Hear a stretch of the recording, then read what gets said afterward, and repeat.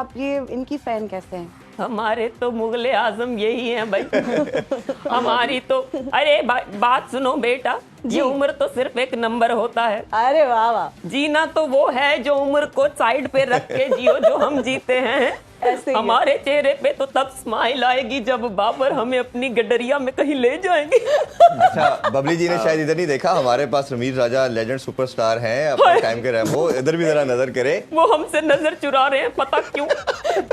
کیونکہ جب ہم ذرا جوان دکھتے تھے تب یہ ہمارے ساتھ کرش تھے. اچھا تو اس بات کا ان کو بھی پتا ہے نا, وقت گزر جاتا ہے, لوگ بدل جاتے ہیں. اماں جی آپ کی خاموش یک طرفہ محبت ہے, کتنوں کے ساتھ ہے, ادھر فلرٹ ادھر فلرٹ. یک طرفہ محبت کا مزہ تم کیا جانو, اس پہ صرف ہمارا حق ہوتا ہے, ہمارا. ٹھیک ہے, کرکٹ کی طرف میرا خیال جی کرکٹ پہ پہلے بات کر لیتے ہیں. تو رمیز سے پوچھنا چاہوں گی کہ آج بنگلہ دیش نے ٹاس جیت کر پہلے بیٹنگ کرنے کا فیصلہ کیا, آپ کیا سمجھتے ہیں ان کا یہ فیصلہ درست تھا؟ درست ہو جاتا اگر سکور زیادہ کرتے تو, کیونکہ سیکنڈ ٹائم اراؤنڈ گیند پھنس رہا تھا, سپن بھی ہو رہا تھا, بیٹنگ بھنور میں پھنس گئی تھی سری لنکا کی, مگر رنز کم تھے.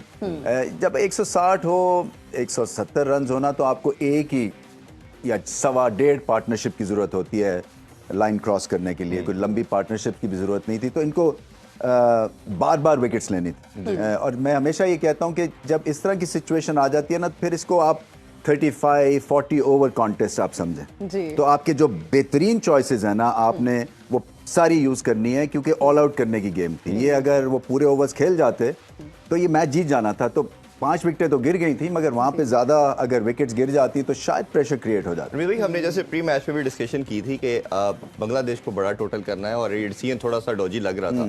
دوسری چیز جو پوسٹ میچ میں شکیب نے بھی بات کی کہ میرے دونوں اوپنر نہیں تھے, تمیم کی ہم نے بات کی, لٹن داس کی بات کی, اور یہ کنزیکٹیو 2-3 سال سے ٹیم کے ساتھ تھے, اور سومیہ سرکار بھی ایک بڑا اچھا ان کے پاس تھے, اوپنر تھا, وہ بھی ٹیم کا حصہ نہیں تھے. تو کیا آپ کو لگتا ہے کہ یہ ریزن بنی ہے ان کو ایک مومنٹم ملنا تھا, جو ایک ان کو تھرو ملنا تھا, اس کو اگنور کیا؟ یہ جو ہے نا, یہ اس طرح کا کامنٹ جو ہے نا, یہ ٹیم کے لیے اچھا نہیں ہوتا, کیونکہ پتہ ہے کہ آپ کے لمیٹڈ آپشنز ہیں. وہ لوگ بولتے ہیں, آپ کو ایکسپلین کرنے کی ضرورت نہیں ہے.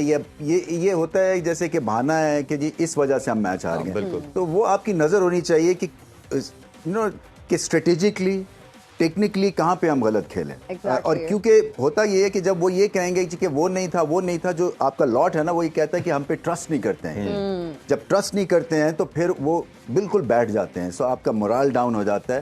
یہ لیڈرشپ کی کوالٹی یہی ہے کہ چھوٹی ٹیم کو بڑا کر کے اور لڑانا ہے, اور جو بھی آپ کے ریسورسز ہیں اس کو یوز کرنا ہے. بالکل اظہار, آپ کی طرف بڑھتے ہیں. اگر ہم سری لنکا کی بالنگ لائن کی بات کریں تو بڑی شاندار قسم کی تمام بالر نے اچھی بالنگ کی, بٹ خاص طور پہ اگر ہم پتھرانا کی بات کریں, رمیز بھائی نے جس طرح ہمیں شروع میں بتایا سلنگنگ ایکشن ہے, 145 ناچ کی بال کرتے ہیں, اس نے پروف کیا اپنی لینتھ کو, بڑا خوبصورت اس نے آلٹر کیا. سلور باؤنسر کی بات کریں, آگے جو پچ کی بال, کیسا دیکھا اسپیل ان کا؟ بہت ہی بہترین پرفارمنس تھی. انہوں نے ویریشنز بہت استعمال کی, کبھی بال کو پیچھے شارٹ بال کرے, سلو لیفٹ آرم سلو شارٹ بال کرائی, اس کے علاوہ کبھی انہوں نے باؤنسر مارے, تو یارکر پہ بولڈ کیا. تو اس طرح کے ان کا بڑا ایک اس طرح کا کمپلیٹ قسم کا اسپیل تھا. انہوں نے ڈفرینٹ آپشنز لی, لیکن آپ صرف ان کو کریڈٹ نہیں دے سکتے جو سری لنکا کے اسپنرز تھے. ٹیکشانا نے اوپننگ اوورز میں بہت امپورٹنٹ وکٹ لی, اور باقی بھی جو اسپنرز نے ان کی بریک تھرو لیتے رہے, اور ان کی جو بنگلہ دیش کی اننگز تھی ان کو مومنٹم نہیں گین ہونے دیا. ایک اسٹیج شناکا نے جو